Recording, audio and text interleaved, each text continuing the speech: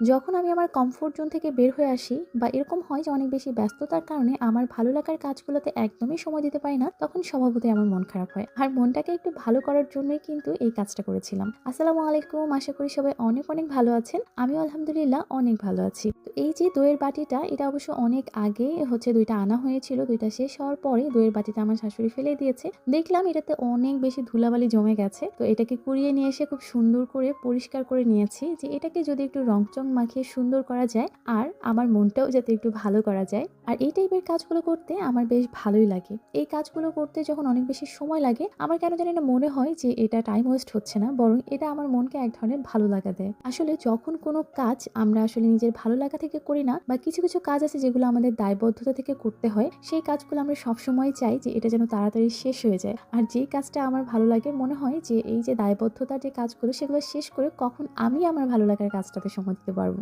আজকের দইয়ের বাটিটা পেইন্ট করার জন্য আমি এখানে ফেব্রিকাইলের অ্যাক্রিলিক কালারগুলো ব্যবহার করেছি। মানে মেইনলি যেগুলো আমি ফেব্রিক্সে ব্যবহার করি, যে রংগুলো, সেই রংগুলো দিয়ে এখানে পেইন্ট করেছি। আর এই কাজটা আমি খুব অল্প সময় নিয়ে করেছিলাম, সেজন্য চেষ্টা করেছি যে খুব সহজ একটা ডিজাইন এখানে করার। শুরুতে লেমন ইয়েলো কালারের সঙ্গে হোয়াইট কালারটা মিক্স করে এটাকে অনেক বেশি হালকা একটা কালার তৈরি করে সেটা দিয়ে কিন্তু দইয়ের বাটিটাকে এক কোট রং করে নিয়েছি। আর তার উপরে পিঙ্ক এবং হোয়াইট মিক্স করে ফুলগুলো করে নিয়েছি। আর এখানে পাতা এবং ডালগুলো করার জন্য আমি গ্রিন কালারের সঙ্গে ইয়েলো কালারটা একটু ব্যবহার করেছি।